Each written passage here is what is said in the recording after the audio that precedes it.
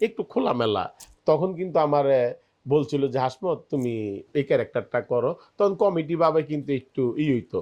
দেশ ও দেশের বাইরে যারা এই অনুষ্ঠানটা দেখতেছেন, বিমুখতা চিত্ত সবাইরে আসসালামু আলাইকুম।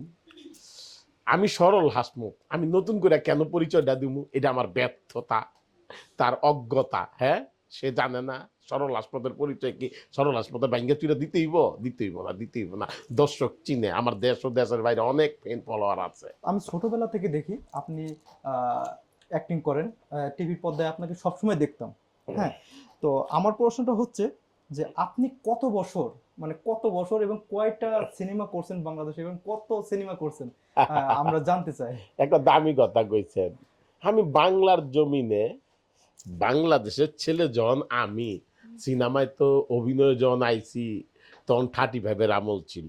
35 এর আমল মানে রেল ক্ররর আরম্ভ হইতো প্রেসার উঠতে যেত। যদি এনজি করতাম তাহলে লাত্তি খাইতাম ডিরেক্টরের। কত কথা যে শুনতাম। যাই হোক ওই আমলে কিন্তু আমি ৫০টা ছবিতে ৪০-৫০টা ছবিতে অভিনয় করছি। তারপরে এখন মিলে দিলাই কিন্তু আমার ১০০-র উপরে সিনেমা হয়ে গেছে আলহামদুলিল্লাহ।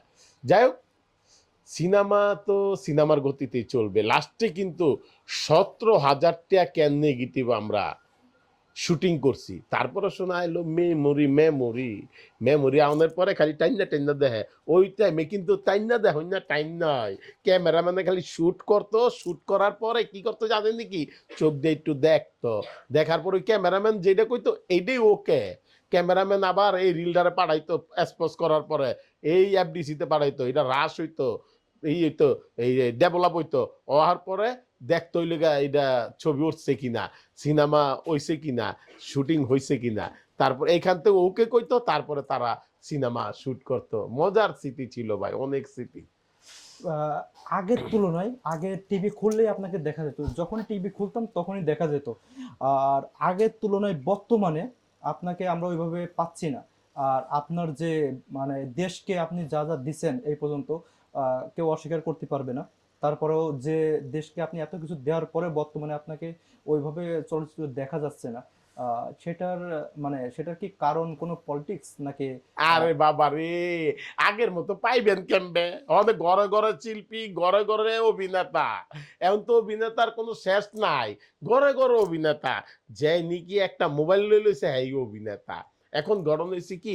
সিনেমার মানুষ সিনেমা ভালোবাসে যারা, সিনেমা যারা বানায়, যারা ডিরেক্টর, তারা চিন্তা করে সরল হাসপাতের এই ছবিতে নিমু কমেডিয়ান হিসাবে।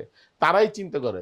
যারা নাকি মিডিয়াতে কাজ করে, মিডিয়া যখন সিনেমা বানায়, মিডিয়ার ডিরেক্টর, তখন মিডিয়ার আর্টিস্ট নিয়ে তারা সিনেমা বানায়। সেই জন্যে সিনেমার সংখ্যা আমাদের কম। কিন্তু টেলিভিশনে কম দেখেন না কিন্তু। এখন ইউটিউব ভাতা ভাতা করে দিতাছি। ইউটিউবে কাজ করতাছি অহরহ। সিনেমার পাশাপাশি। বললাম না? আপনার এই বললাম এই মাসে ৫টা ছবি আমার সেন্সার হইছে। ৫টা ছবিতে বড়, বড় ক্যারেক্টার করছি। আলহামদুলিল্লাহ ভালো আছি। আপনার কাছে কি কখনো মনে হয়েছে যে এই সিনেমায় এই বাংলাদেশের চলচ্চিত্রের ভিতরে আপনি কখনো পলিটিক্সের শিকার হয়েছেন? এমন কখনো মনে হয়েছে? চলচ্চিত্রে পলিটিক্সের শিকার হইতে লইছিলাম আলহামদুলিল্লাহ। ওই পলিটিক্সের শিকারটা আমি পড়ি নাই কেন? আমি ওইভাবে পড়ি নাই। দেখেন যখন নাকি একটু আমাদের উরুশৃঙ্খল আপনার কিছু ছবি হওয়া শুরু হইলো আজ থেকে ১৫ বছর আগে একটু খোলামেলা, তখন কিন্তু আমার বলছিল যে, "হাসমত তুমি এই ক্যারেক্টারটা করো।" তখন কমিটি ভাবে কিন্তু একটু হইতো। ওই মিলামেশা হইতো। যাই হোক ওইটা না। তখন আমি ৫ বছর সিনেমা কম করছি। সিনেমা যেমন বাইচা করছি। তখন ওইটা কিন্তু আমি পলিটিক্সের শিকার হয়ে যেতাম। আজকে কি হইতো? সরল হাসপাত কিন্তু উল্লেখযোগ্য ছবি কইরা বড়, বড় ছবি কইরা আজকে সরল হাসপাত হইছি। আজকে যদি আমি ওইসব ছবিতে আমি কাজ করতাম, তাহলে আমি সরল হাসপাত আমার কি একটা সার্টিফিকেট হইতো? ওই যে ওই ছবিতে কাজ কইরা আজকে সরল হাসপাত হইছে। হুম, হুম। আলহামদুলিল্লাহ। শুনেন যখন সিনেমায় আইছি না, তখন মা-বাপে যাতে সিনেমাটা দেখতে পারে, ফ্যামিলি লইয়া ছবিটা দেখার মতো সিনেমা করার ইচ্ছা নিয়ে কিন্তু সিনেমায় আইছি। আমার বাপের কিন্তু ইচ্ছা ছিল না আমি অভিনয় করি। আমার বাপের ছিল পাঞ্জাকানা নামাজি ছিল। সেই ঘরের সন্তান আমি মিডিয়াতে আইছি। মিডিয়ারে ভালোবাসি। মার অনুপ্রেরণায় মা যখন আমার সহযোগিতা করছে, আমার ভাই আছে, তারা সবাই কিন্তু আমার সহযোগিতা করছে যথেষ্ট। আলহামদুলিল্লাহ। হ্যাগো কিন্তু সহযোগিতায় কিন্তু আজকে আমি সরল হাসমত হয়েছি ভাই। বর্তমানে এই ক্লান্তিকর টাইমে বাংলাদেশের চলচ্চিত্রের অবস্থা আপনি জানেন যে খুবই দুর্দিন যাচ্ছে। তো সেই সম্পর্কে আপনি যদি কিছু বলতেন। বাংলাদেশের সিনেমার অবস্থা আপনি জানেন, আমি জানি, সবাই জানে সিনেমার অবস্থা কেমন হইতেছে। এখন কিছু কিছু মানুষ আমাদের সিনেমাটা নিয়ে অনেক মনে করেন তামাশা করতেছে, তামাশা। তামাশার পাত্র কিন্তু আমরা না, কিন্তু তামাশা করতেছে। কিন্তু তারা কিন্তু সিনেমার আশেপাশেও নাই, সারা তারা তামাশা করতেছে। অতএব তাদেরকে আমি বলবো, তোমরা মিডিয়াতে থাকো, ইউটিউবে কাজ করো, করো, কিন্তু সিনেমা নিয়ে কথা বলতে আসো কেন? তোমরা তোমরা সিনেমা করো, করার পরে সিনেমা নিয়ে কথা বলতে আসবা। এই কিছু কইলাম মিডিয়ার মানুষ আইসা সিনেমাটা নিয়ে তামাশা করতেছে। আমি সরল হাসমত, শাকিব খান, সবাই কিন্তু আমরা সিনেমার লোক। আসো, তোমরা সিনেমায় আসো, আইসা কথা বলো। তোমরা সিনেমায় না আইসা তোমরা নায়িকা হইতে চাও, তোমরা হিরো হইতে চাও, তো এটা কোনো কথা? সিনেমা মায় বানায় পুঁতে বেছে, আলু পটলের ব্যবসা সিনেমা। সিনেমা বানাইতে 20 টাকা লাগে, কলজা লাগে। এখনকার সিনেমা দেখো না, শাকিব খানের দিয়া বানায় 20 কোটি টাকা, 18 কোটি টাকা, 15 কোটি টাকা জায়গা। আমরা যখন সিনেমায় অভিনয় করছি, একটা ছবি বানাইতে লাগবে লইগা এই 1 কোটি টাকা। রাজা 420 উত্তম দার করছি, 90 লক্ষ টাকা গেছে। শাকিব খানই তো হিরো ছিল। তো এখনকার সিনেমা যুগ পাল্টাইছে না? আর এই সারা বিশ্বব্যাপী মিনিমাম 25টা দেশে শাকিব খানের ছবি এখন রিলিজ হয়, হ্যাঁ, রিলিজ হয়। তাইলে তার তো ওইভাবে বাজার দইরা সিনেমাটা করতে হইব, এইভাবেই করতেছে। এখন মনে করেন আমাদের যেই হিরোরা আছে মোটামুটি, আপনার মনে করেন যেই হিরোরা আসতেছে, এখন তাদেরকে আমি একটা জিনিসও বলবো, দেখেন শাকিব খান হইছে একদিনে শাকিব খান হয় নাই, আর মান্না ভাই কিন্তু একদিনে মান্না ভাই হয় নাই গা। রুবেল ভাই কিন্তু রাজত্ব কইরা গেছে, আলেক ভাইও রাজত্ব কইরা গেছে, মেহেদি ভাই রাজত্ব করছে, সবাই কিন্তু রাজত্ব কইরা গেছে। যারা যেই শিল্পী গিলে আইছে তারা কিন্তু দেখেন আপনি 10টা 15টা ছবি পর্যন্ত সীমাবদ্ধ। যে হিরো গিলে আইছে এর বেশি কিন্তু করতে পারে না। কেন করতে পারে না জানেন? তাদের ভাবের কারণে।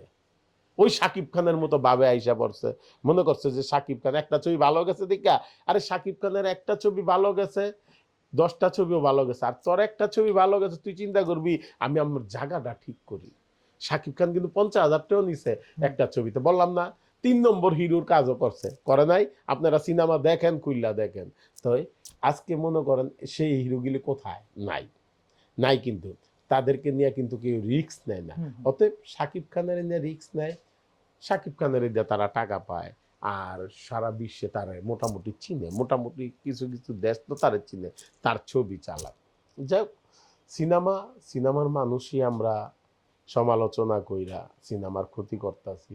আমি ওই সমস্ত লোকদের উদ্দেশ্যে একটা কথা বলবো, দেখেন সিনেমা রক্তের সাথে আমাদের মিশা গেছে।